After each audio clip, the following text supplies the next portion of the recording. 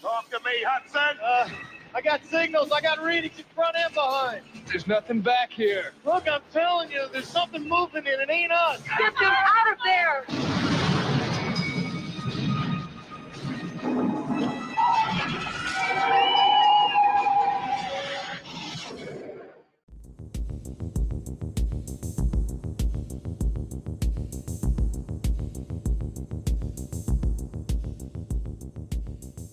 Hey guys, I'm Kevin. I'm Jake. And this is Movie Matters. And we're talking about Aliens from 1986, James Cameron's sequel to Ridley Scott's 1979 movie, Alien. This movie is very aptly titled Aliens because it's a lot of them compared to one in the first Alien. Multiple. I love this movie. Oh, yeah. Like 58 or 138. Yeah. I think because it says that like Hadley's, like the population's like 158, so. Yeah. Well, probably 157 since Newt is alive. Yeah. And not so pretty much everyone else is now an alien. Yeah. This is, James Cameron really knows how to make a sequel. Obviously, we're big fans of Terminator and Terminator 2. Terminator 2, we believe, is like pretty much the best sequel ever made. Yeah. This sequel is up there, and it's from James Cameron, which is pretty awesome. This is probably my favorite Alien movie of the entire franchise. I like it. I mean, I love the first one, but this one just rules. What do you think? I like the first one better, but I think this is number 2 for me. It's just we'll talk about it, but it's not quite a horror movie. No, I feel like it deviates, from the horror roots. But like I always just kind of see Alien as like a horror franchise, which they go back to in the sequels and stuff, but not knocking Aliens at all. Because it is like Cameron kind of does the same thing with Terminator 2, where he takes it and like changes the genre, and like makes it more like unique. It's not just like a derivative of the original. Like most sequels. Yeah. Yeah, no, that's a great point. Think about it. Terminator is like a slasher horror film. The second one's a sci-fi action, just like romp. Yeah. And that's kind of how this is. Alien's a horror, survival movie. And the second one is like a war action film. But it's really, if you really break it down, it's a mother versus mother story. And I really like that because it's just like this movie kind of paved the way for strong female characters in cinema, which this movie is like the cream of the crop for it. I mean, just such a well-written character. Like Ripley's so awesome. It's not the damsel in distress. Just a really well-written movie. And Cameron's known for that. I mean, obviously, like we talk about with Terminator 2, she's like, Sarah Connor, Linda Hamilton is so badass in Terminator 2. So yeah, you could definitely see the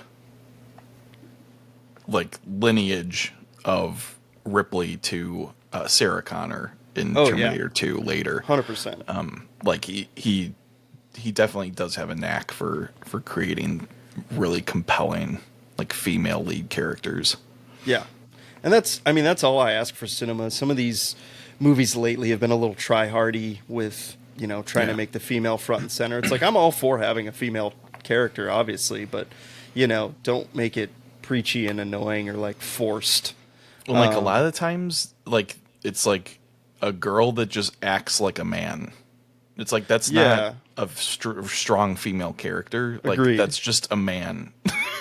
Like the great part about Ripley in Aliens is she's still very much like empathetic and like she's like fearful for much of the movie because she knows like what these creatures are like capable of, and like she has to actually like wrestle with her emotions, which like a lot of female characters in recent movies like are emotionless robots, and like they're not compelling.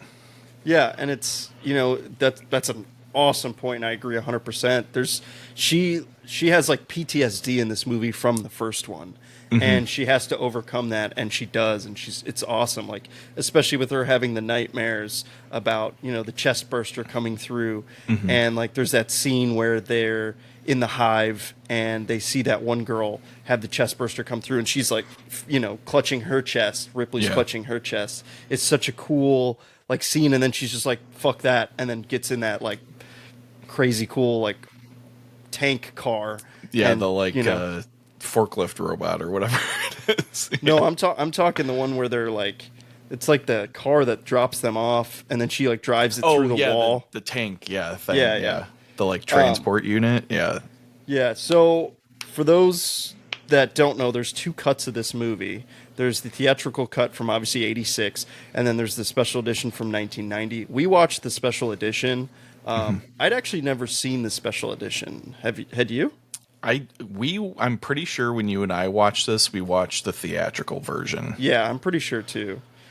So yeah, I don't think I had seen the special edition before, but I couldn't tell you what was different because it's been a long time since I watched Aliens. There's like an extra like almost 20 minutes. I think it's like 17 minutes of footage, which you get like you get more backstory on Newt and her family, and her dad being the first,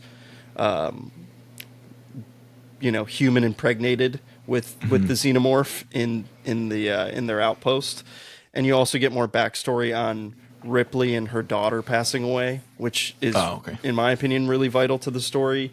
You get some more like background on the outpost as well, where you see it kind of functioning, and you see kids, running around.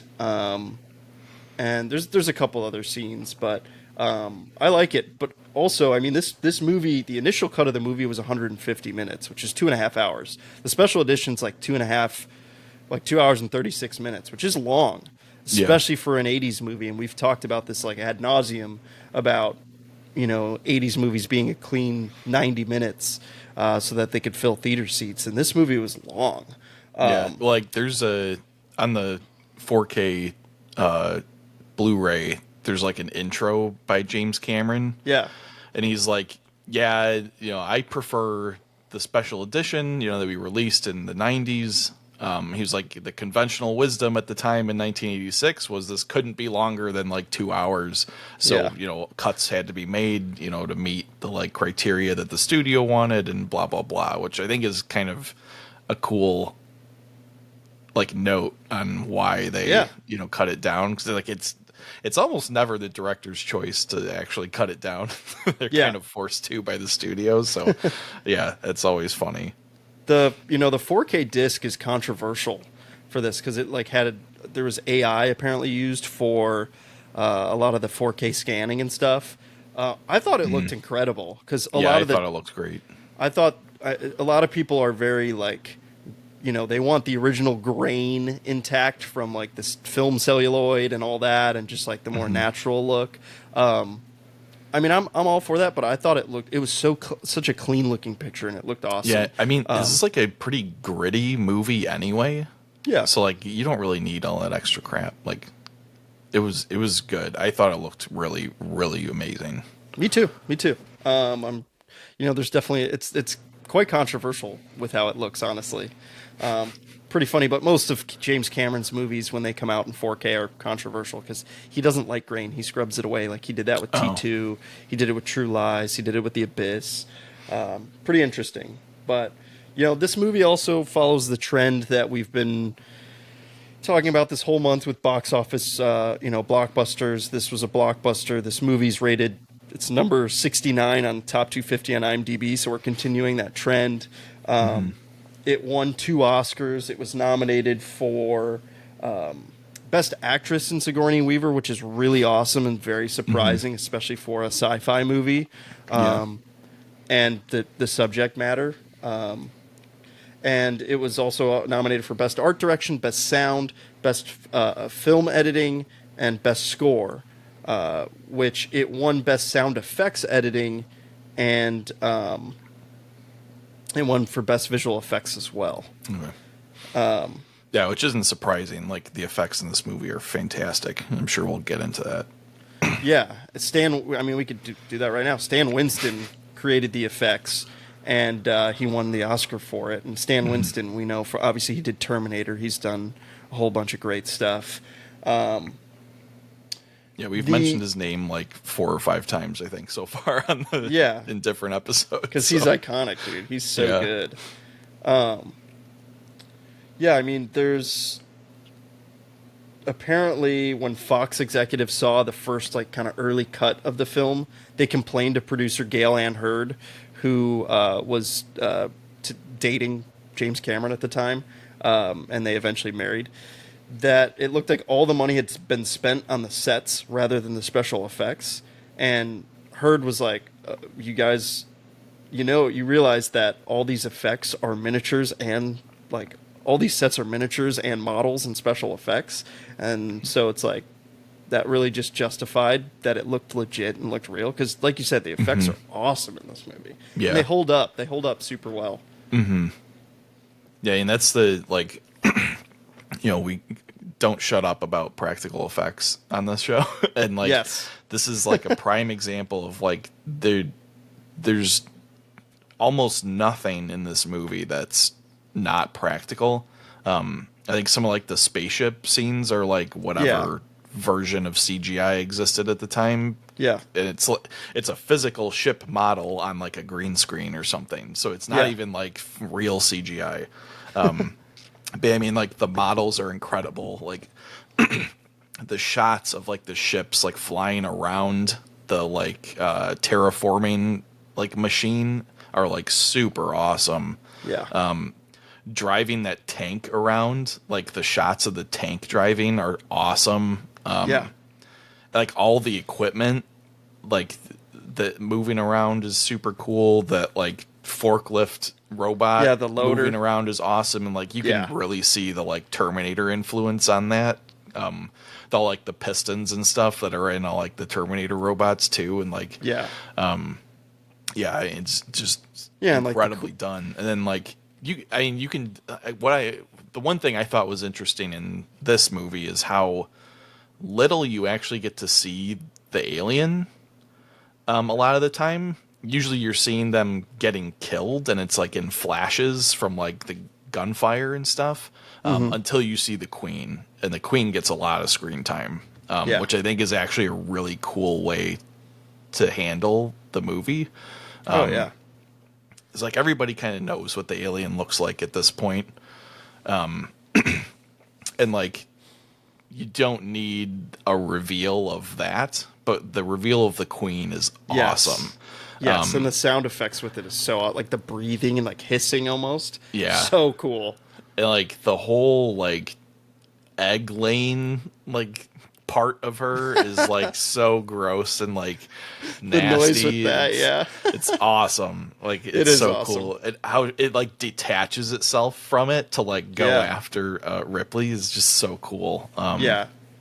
It's just I like the way that they adjusted the model of the Queen, like in comparison to the normal xenomorph. Like she has this like giant like crown like crest thing on her head instead of just like the clear bubble, kind of thing. Just looks so cool. And she's a little bit more like spindly and like creepy moving. Like it's pretty awesome. There's a lot of behind the scenes stuff on that. I mentioned it in our RoboCop review that there's on Netflix a kind of a documentary episodic series called The Movies That Made Us. And they do like how the movies were made. And they did that for RoboCop, and I totally forgot to mention it along with Huey Lewis. We forgot to mention that in Back to the Future. They do one on that movie as well in that series, and they do one on Aliens, which I watched it last night. And there's a lot of cool background stuff, and there's the whole effects team was badass, and how they did like a trash bag model, and like put it on like miniatures and had like two guys inside of it working the arms and legs and stuff. It's super cool and super interesting, so I recommend giving that a watch if you want to know a lot of the behind the scenes stuff, especially with this production being kind of troubled, and James Cameron kind of being an asshole. He was kind of difficult to work with, and but also the crew.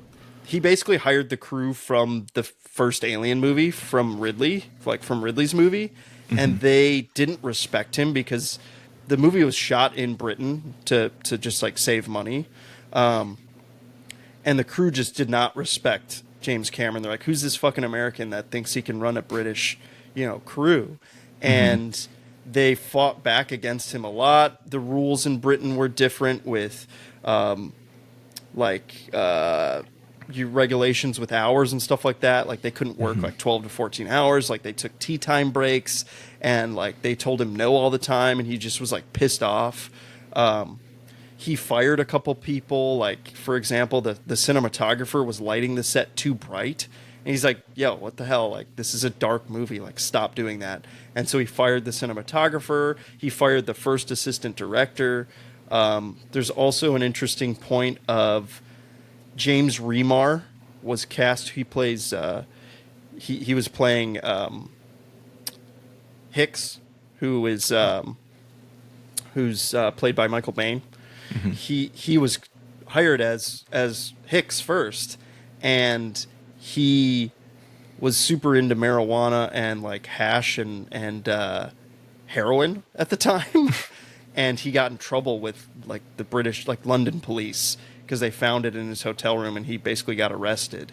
So they fired him from the movie, and then Michael Biehn came on just like a week before production started, which is pretty cool.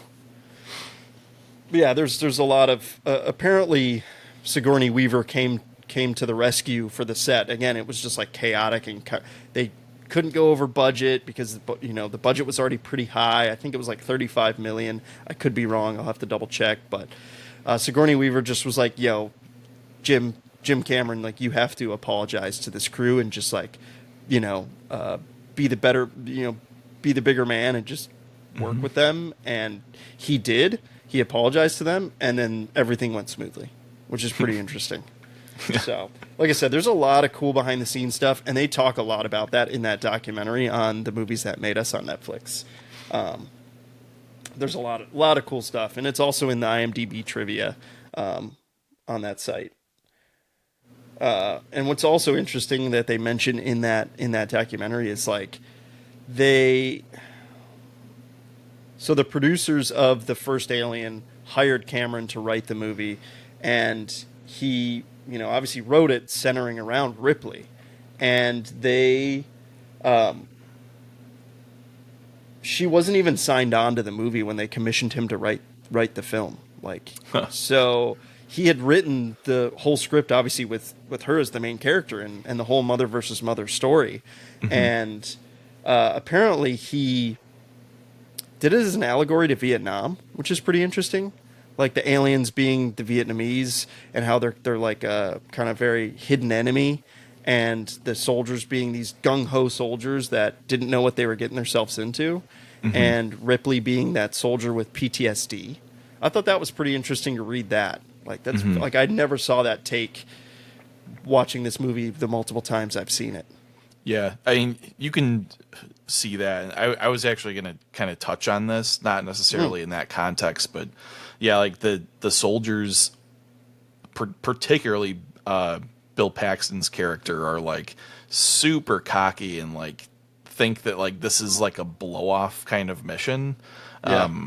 And like Ripley's like constantly trying to tell them like, you don't understand like what we're walking into. And yeah, obviously, like, I think Bill Paxton's character is probably the most, like, in tune with the, like, inner feelings of like the whole like Yeah, he group of vocalizes soldiers it, for sure. Yeah, he's the like mouthpiece for like what everyone's kind of thinking. So like once shit starts hitting the fan, he's the first one to start like panicking, and like he like loses it, you know. And yeah, I love his character. Ripley's kind of like, get your shit together, like we gotta fucking get out of here, you know. Yeah. Like, and he kind of like sucks it up, and you know ends up being like one of the leaders, you know, going into the end game of the movie, which is kind of cool. You get to see his character really do the like turn around the corner and start being like you start rooting for him at the end instead of being and then like, he shut dies. the fuck up. Yeah, and then he gets killed. But yeah, he apparently improvised a lot of his lines, like we're on an express elevator to hell, and like when they're about to drop into the atmosphere, which is super cool, and like the whole game over, man, game over. Like, he's such a kind of pussy in the movie, and like you hate him, but then you like love him at the end. But it's also Bill Paxton, like he's such a great character actor. He's so good in the movie, and it's just it's interesting. You really build the characters are so super well fleshed out that you like them. I mean, not every single soldier is fleshed out, but there's enough there on like all of them. Yeah. There's just so much camaraderie. You feel like the connection between them all. Apparently, they, the movie wasn't shot in sequence, but for added realism, James Cameron filmed the scene where we first meet the Colonial Marines last. That way, they had all bonded already, and just like the whole dynamic between them is so good. Like with Vasquez, who is played by Jeanette Goldstein, who's in Terminator 2. She's the stepmom. Yeah, she's badass in this too. Wolfie. Like she's that's the dog. Yeah. Yeah, she's bad. Jeanette Goldstein Vasquez is so badass in this movie. She's doing like crazy pull-ups and like is jacked and just like badass. And the whole dynamic with her and Hudson, Bill Paxton, where she's like, hey, has anyone ever mistaken you as a man? Is like, no, has anyone for you? Like, like the whole dynamic is so good, and it's just fun, and like that knife trick that Bishop does, which Lance Henriksen, another James Cameron staple from Terminator. He's awesome. I love that actor. He's also in Pumpkinhead, which we've done. Yep.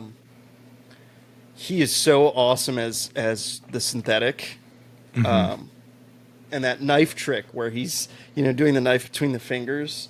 It was supposed to just screaming.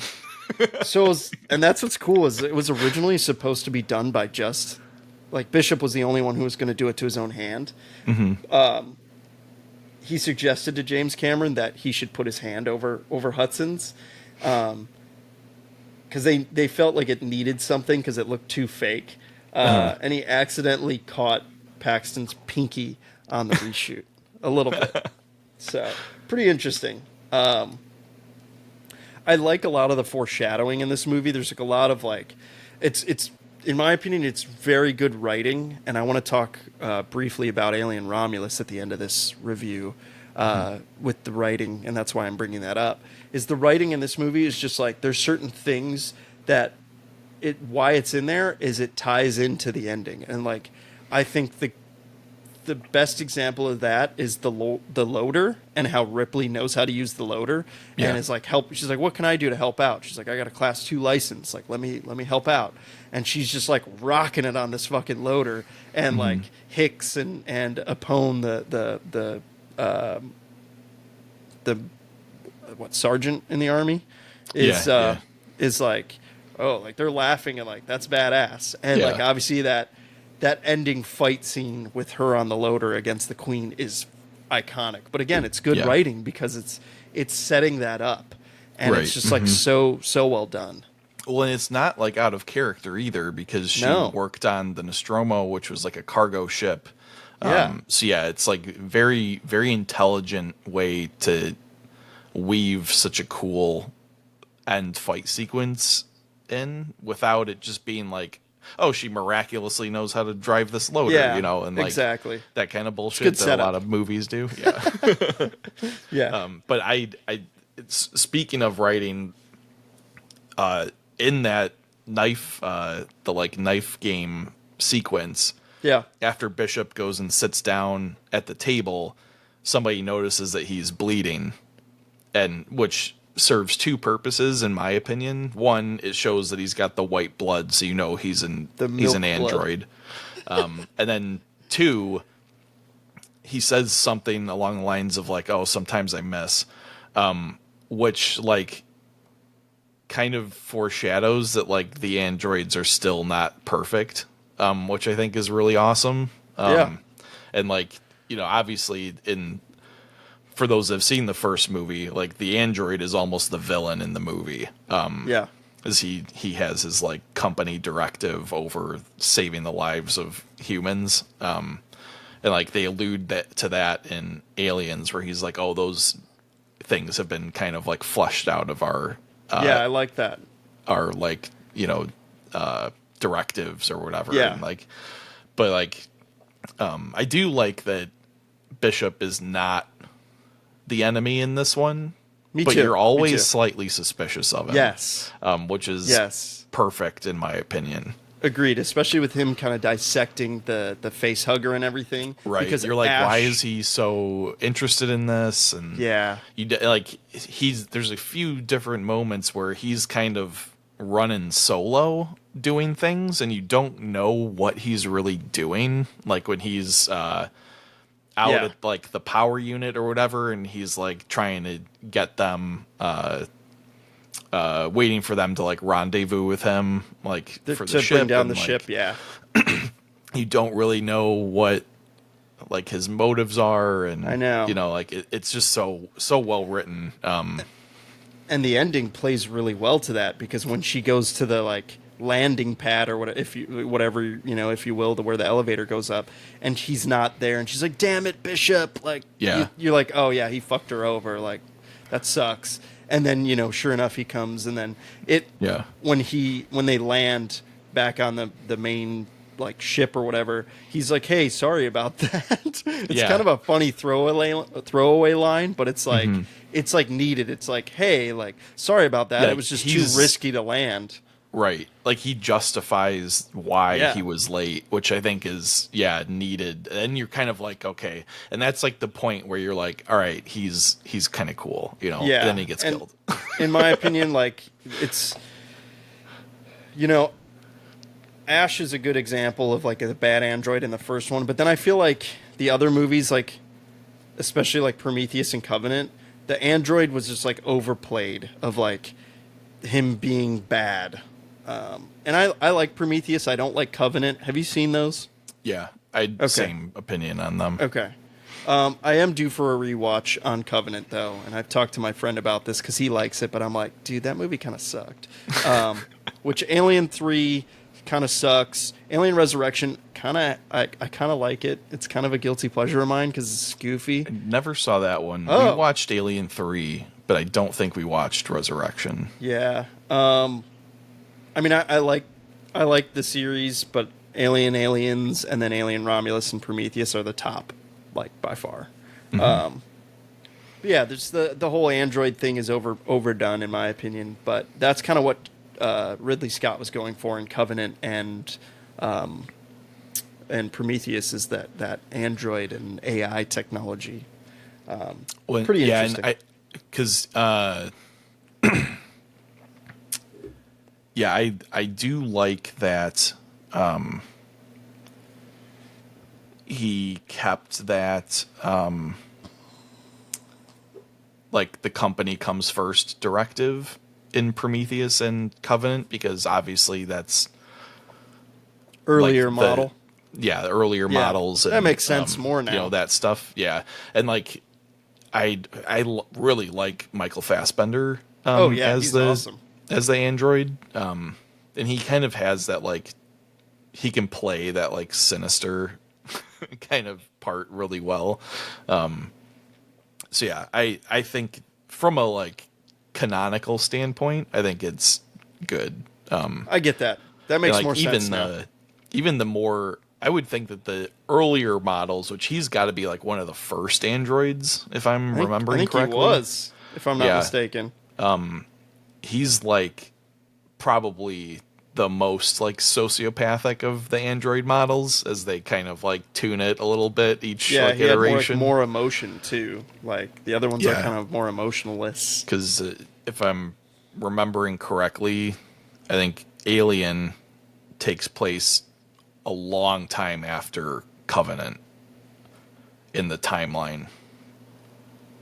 Yeah, I'll have to look that up. I think it's like 2142, I think, or 21. Yeah.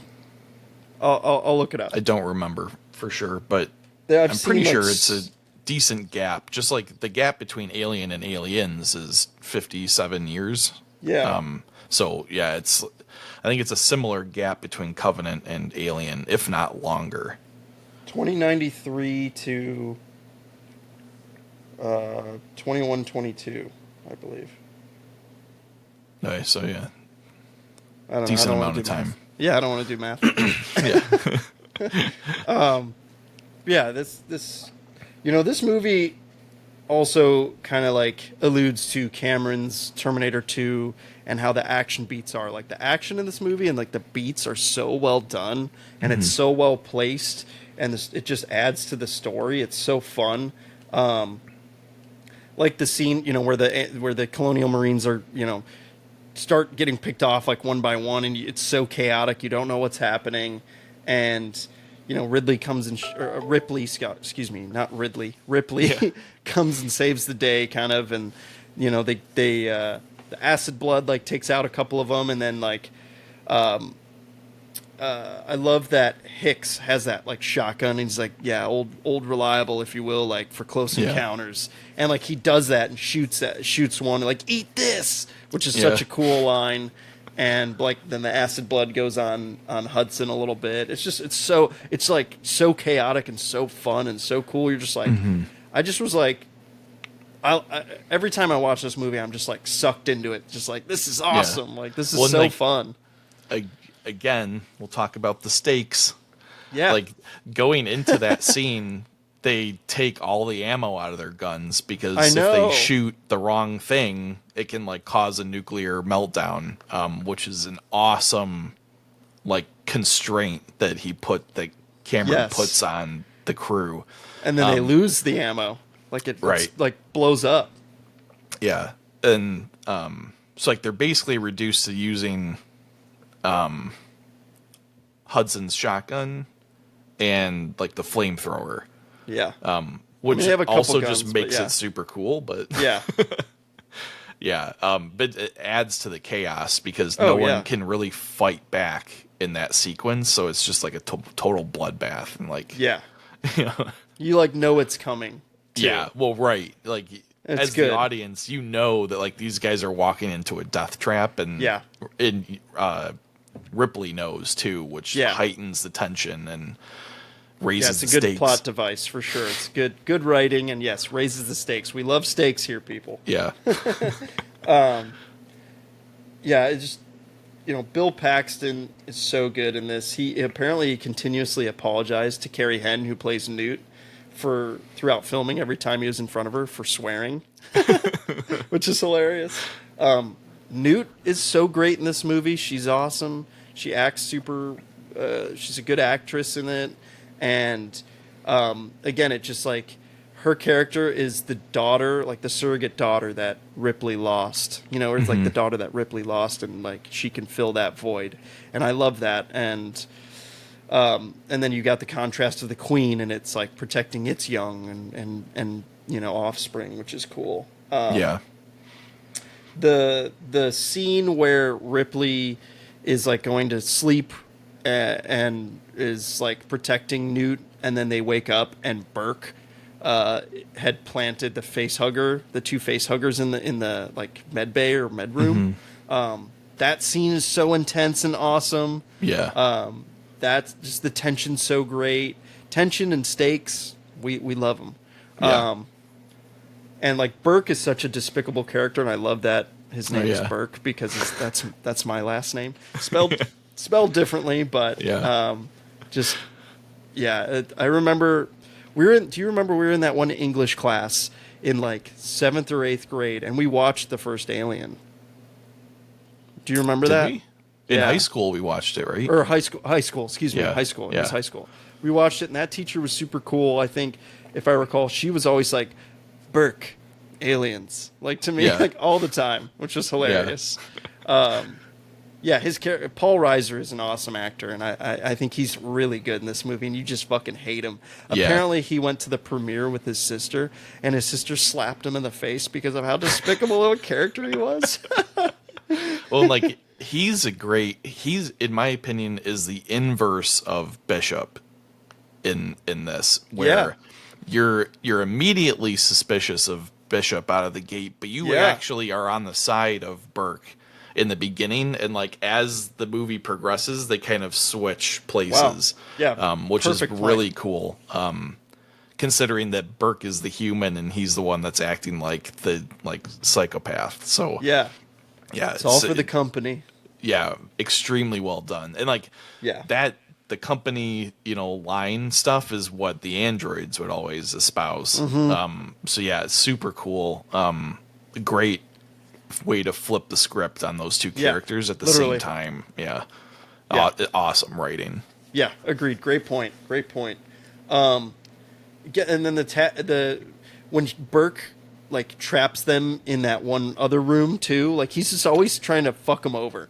Yeah. He traps them in that room, and the aliens are coming through the ceiling, and that shot of Hicks, like, give me your light, and pops the ceiling, and then, like, puts the light up, and you just see him all, like, traversing through that, like, ceiling. It's so like awesome. Dozens of them. Yeah. It's so sick. And then they use the tunnel system, basically, that Newt's been using to stay alive. Again, even better writing in that regard. And then Burke meets his demise, which is cool, and you're happy for that. There was actually a deleted scene of him cocooned in the like hive, and he asked Ripley to kill him, and she's like, "Fuck you," and basically just gives him a grenade. But that was a deleted scene. Obviously, they never put that in the movie, but it makes sense that would have happened to him, because you don't really see the second mandible go to kill him. But right, and this is the first time that they specify that the aliens don't want to kill you outright, that they're actually trying to get you in a cocoon to reproduce, which is really cool. Very interesting. Good like evolution on the like world building, because like we maybe see one person cocooned in Alien. I don't remember. I think in the director's cut, the 2003 director's cut, you see Tom Skerritt's character, the captain of the ship. You see him cocooned, and he's like, "Kill me." Yeah, just the way he does it. Yeah, but like you don't know exactly what's going on there, but then in this one, Ripley's like, because Newt gets taken, and she's like, no, she's still alive. Like they're keeping her to like turn her into a whatever vessel or whatever, so that's a cool evolution on the concept of how these things actually function. You know? And that ratchets the tension up too, because it's like I forgot because I hadn't seen this movie in like 2 years, and watching it where she's like, Newt gets taken by the alien, which that shot is so fucking cool of the alien coming out of the water and taking her. Awesome shot. There's, he's like, she's alive. And he's like, all right, but we got to go. It's what Hicks says. But then, she goes to get her at the end, and you're like, I was like, well, she's probably already, infected. And I was like, I wonder if they're going to show that. And I totally forgot. They're about to show, when the face hugger is coming out of the egg, and she shoots it. And I was just like, like, that was great. I mean, I've seen this movie multiple times, but it answered my question. And I love when movies do that. And Romulus, and we'll get into it, Romulus does a good job of doing that, in my opinion. Right. Yeah, it's good writing. It answers the question you have. And I love, like, that's so good. That's just, like, it amplifies the movie for me. Yeah, and, like, it really reinforces the sequence of how these things are created. Yeah. In just, like, in that one scene. Like, you have to have, you know, an alive host, and you have to have the face hugger get them, and then the chest burster, and then it becomes the full alien, you know? Yeah. So, like, yeah, and then you get the answer on, well, where do the eggs come from? Oh, they come from the giant queen, you know, which I think is a really cool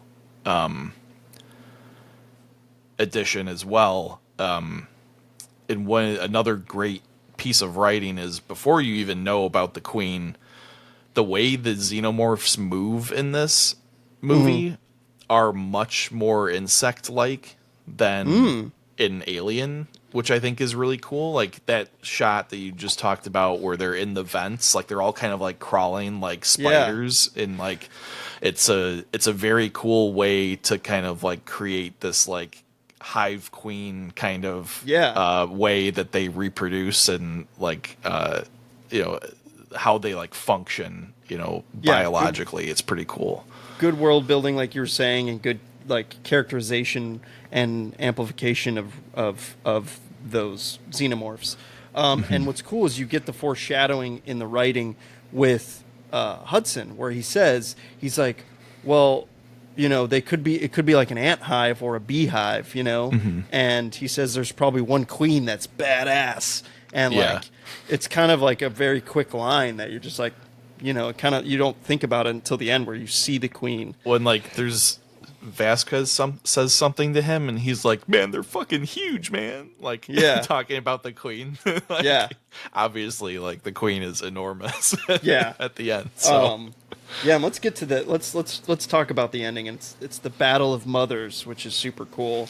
The shot, how the queen takes the elevator up, and it's just like there's like a flash of light, and you basically just see part of its face, and then it comes out, is so awesome. Yeah. Yeah, I love that. And then like, you know, you get them being picked up by Bishop, like we were talking about. And then, you know, then Bishop gets wrecked. Yeah. Wrecked. And like the queen obviously, you know, hit out on that plane, on that ship, which is cool. Because you think it's over, but it's not. And there's a good little like, you know, the plane kind of gets stuck. It like, you know, explosion happens and it gets stuck on that like balcony or like platform. And she's like, you know, Bishop, punch it. And then he punches it and gets out of there. But then the queen alien's still there, because you need that face off. You need that mother versus mother final battle, like, you know, the boss battle. Right. And it's so cool. And, you know, Bishop, all that milk blood is so funny. Apparently he got food poisoning because it was milk and yogurt. And it like, it just was, that's so gross. But Bishop's death, I think, is done so well because he doesn't die really. I mean, his like whatever evisceration, like, but like his dismemberment. But like right before that is when you're like, oh, Bishop's kind of cool, and then he just gets wrecked. And it's like, oh shit, like you know, it's like immediately that's kind of a horror movie. Like like you get the nice like tie up on his character, and you're like, he's kind of cool. Like I'm down with Bishop, but then just gets ripped in half. Like, oh man, like And I love when the airlock opens. And his like half body's like flying, like it's getting like sucked out, and he's just like ah! I always laugh at that scene because it's so funny, but it's super well done. Like how it's shot, and he saves Newt. And then you know it's kind of it's definitely an homage to the first one and how the alien dies, because it's basically the same thing. She shoots it out the airlock, and it's like, but it's also like that's how she knows how to kill these things. Right. So it's like instinct to her, which is pretty cool, and it's, you know, the motherly instinct, which is awesome. So, you know, protecting her offspring, which is what the Queen's doing, which is cool. And I do like that this one, like she has to kind of really confront her fear and like fight this thing basically hand to hand. Where like in the first movie, it's a little bit more like run and hide, and then trick this thing into the airlock before she like shoots it out, you know? Yeah. But yeah, in this one, it's like she's got to punch this thing in the face with the forklifts, grab it and everything, and like whip the whole thing like into the airlock, you know, before which she is can cool shoot how they, it out. It like flips her into the airlock too. And again, it just like raises the tension, and it grabs her shoe and everything, which is also kind of a horror trope. Yeah. You know, the last grab, but yeah, I mean, I love this movie. I think it's a great movie. I mean, I rate this extremely high.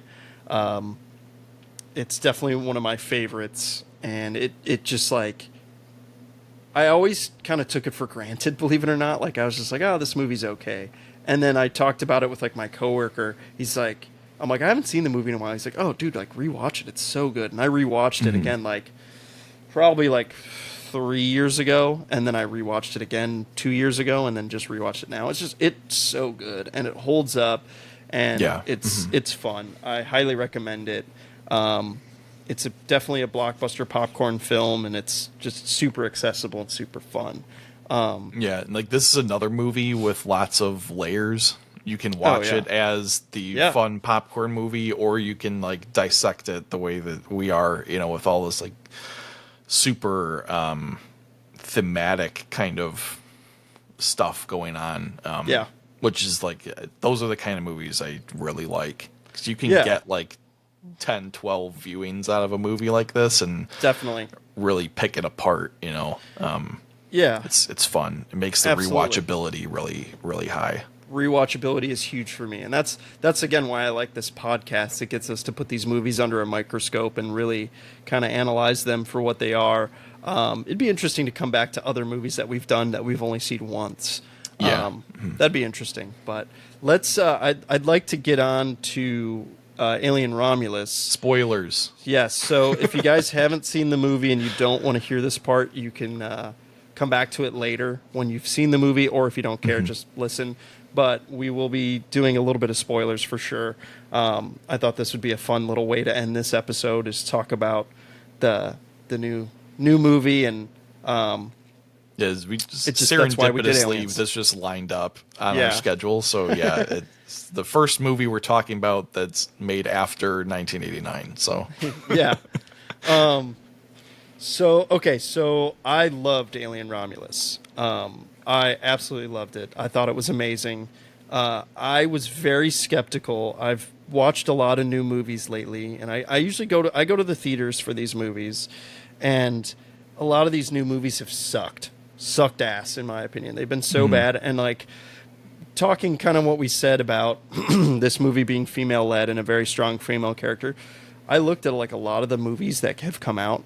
A lot of them, a good chunk of them this year, have been female-led.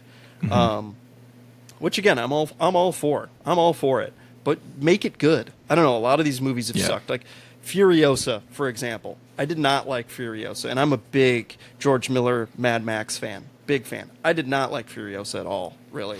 I liked the production aspect of it, but like the movie kind of just was disappointing. The Fall Guy with Ryan Gosling and Emily Blunt. I love Ryan Gosling. I love Emily Blunt. I thought that movie fucking sucked. I saw Longlegs, that horror movie. It was okay. So a lot of these movies I've seen just have been mediocre to me. So I hyped up Alien Romulus a lot. I'm like, if this movie sucks, I am not going to movies in the theaters the rest of the year, because I'm just so annoyed. And thankfully, this movie surpassed my expectations, and my expectations were very high. I talk about this a lot, is I like to be I want to be immersed into the world, and I want to be sucked into the movie where I just like forget I'm in a movie theater. I'm just like in this world, and I'm in the movie, and I'm enjoying the movie, and like I just like can't look away. You know, I'm not checking my phone and how long the duration is. This movie did that right away. Yeah. The world building in it is fantastic. It had Alien, Aliens, Prometheus, Blade Runner, and Star Wars vibes all in one. And that was awesome. Mm-hmm. The set designs were great. So we talk about practical effects. This movie is littered with practical effects. It's like that's probably 95% practical effects, which is really saying something in today's cinema landscape. Yeah. I tried to not see anything about this movie beforehand because I didn't want any kind of information going into it. But I did see beforehand that almost all of the sets were physically built like to scale, and like they used like old school like lighting tricks and stuff to hide, like, you know, I think this was filmed in London, right? Or England? Probably. I don't know. I think that's a good question. It was, but probably there's a lot of British actors in it. Yeah. But like, you know, if they're filming in like downtown London or downtown LA, like you gotta hide all this shit. So like they did it incredibly well. Like particularly the opening scene where they're in this like terraforming colony, and it's like this like strip mall of like shit that they're like walking down. Like it looks unbelievably good. It's just so well done, and like hardcore Blade Runner vibes. And actually me and my buddy saw it yesterday, and when we were driving home I was like, I wonder if Blade Runner and the Alien movies take place in the same timeline. They technically kind of do, because the aesthetics are like nearly 1-to-1 on from Blade Runner to the Alien franchise, which is super cool. And you get the crossover of androids between the two that, you know, are... They shot it in Budapest, Hungary. Okay. So it was only made for like $80 million, the movie. Yeah, which is incredible. Insane. Like, and that's how movies should be made. Yeah, the settings or the sets are just so good. Acting was great. All unknown actors, which is awesome. Yeah. And they all did incredibly well. Especially the android. Andy? Yeah. Oh my, I was blown away by fantastic. him. I loved, like, nearly every aspect of this movie was fantastic. Me too. The writing is so good. The characters are fleshed out. Throwbacks were so well placed and impactful. Like, it wasn't just like bullshit, you know? Yeah. like, remember Alien? Like, you know, like it wasn't anything like that. It was nostalgic, but it wasn't like, let's just put that in there to put it in there so everyone could go, yeah. Like, here's a picture of Ripley on the wall for no reason, or like, you know, like something dumb like that. Like, I loved Rook being like the brother android to Ash. I like that too. Like, the CGI was a little on it, but it didn't bother me. It's like, who cares? Which I looked that up because I was like, I couldn't remember where I had seen him before, and so I was like, oh shit, Rook didn't ring a bell to me, so like I googled it, and it was like, this is like the brother android to Ash from the first movie. And I was like, oh, like that, such a cool through line. Yeah, and like Rook is even more like dastardly than Ash is. Yeah. But like, it's just cool to get that tie-in, and keep that old Android company directive, like driving the plot again. 'Cause like that's such an important component to this franchise, is that like dystopian corporatist, like, corporate greed world, style, you know. like Weyland-Yutani in a lot of ways is like a villain in the movie that's like unseen, you know? Like even the name of the space station, the Romulus Remus, is fantastic symbolism. I'm not going to drag this out, but basically those are the two mythical figures that founded Rome. Yeah. And what we all know about Rome is, although it was this idyllic, romantic kind of empire, eventually it crumbled spectacularly. I think that's an amazing like analogy for the Weyland-Yutani like corporation, and how like every time the company tries to do something with this alien, it like blows up in spectacular fashion and like screws them over, you know. So I think they should make Alien Remus next, and it should be about that space station. Yeah, that would be sick. And I think that would be awesome. I think that would be an awesome prequel idea, and you know, Fede Alvarez could do it. He's a great director. I like all his other stuff. He did Evil Dead in the 2013 version. He did Don't Breathe. He's really good. I mean, the writing in this movie is great. The set pieces are great. It's so good, and like the tension, the stakes. There's a ticking clock aspect to it where the ship is going to hit the asteroid belt, and that gets accelerated when the plane, their ship kind of hits it and knocks them off course, which is super brilliant writing. Again, the ticking clock adds to the stakes. And I forgot to mention in our Aliens review that you have that ticking clock at the end where the place is going to blow up. And again, that ratchets up the tension. This movie, I was just invested because it had stakes. It had, characters I liked. And it wasn't. This has a little bit of a throwback to Aliens, where they can't kill the aliens because the acid will cause the depressurization if it melts through the outside of the ship, which is an awesome detail. Which that zero gravity scene is so badass. Yeah, it's so cool. And the auto aim with the pulse rifle is so Another cool. great writing bit that was introduced right at the very beginning and carries through to the end, extremely well. Sets it up. It's the setup and the payoff. That's huge in movies. You got to set something up and you pay it off later. And this movie does that very, very well. Yep. It also pays homage to Prometheus with the pregnancy abortion scene, which is pretty crazy. And you get that crazy humanoid alien fucking weird thing at the end. That looks like the alien in from Prometheus. Yeah. It's like its face is like that weird kind of like black eyes and like I don't know what you like call it, but it's like it's almost like Renaissance statuesque like perfection, like kind of like facial like construction, but then it's got this like horrifying body that's like disgusting and like crooked and stuff. Like super cool character design. I can't wait to watch it again. Yeah, I'm same. definitely going to. I saw it in IMAX and I loved it. So, I think that's a good place to kind of end it. And I just want to say that Rain was an awesome character too. Yes, she's great. I love Kaylee Spain. She's a great actress. Yeah, written very, very well. Agreed. Not a Ripley replacement. Not trying to smartly not a Ripley replacement. Yeah. So.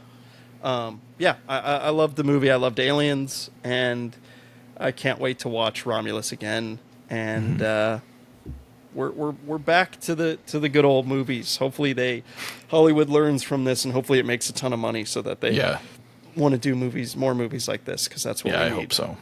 Yeah. So, all right, guys. Well, thanks for listening. Hope you enjoyed this one, and we'll catch you next week.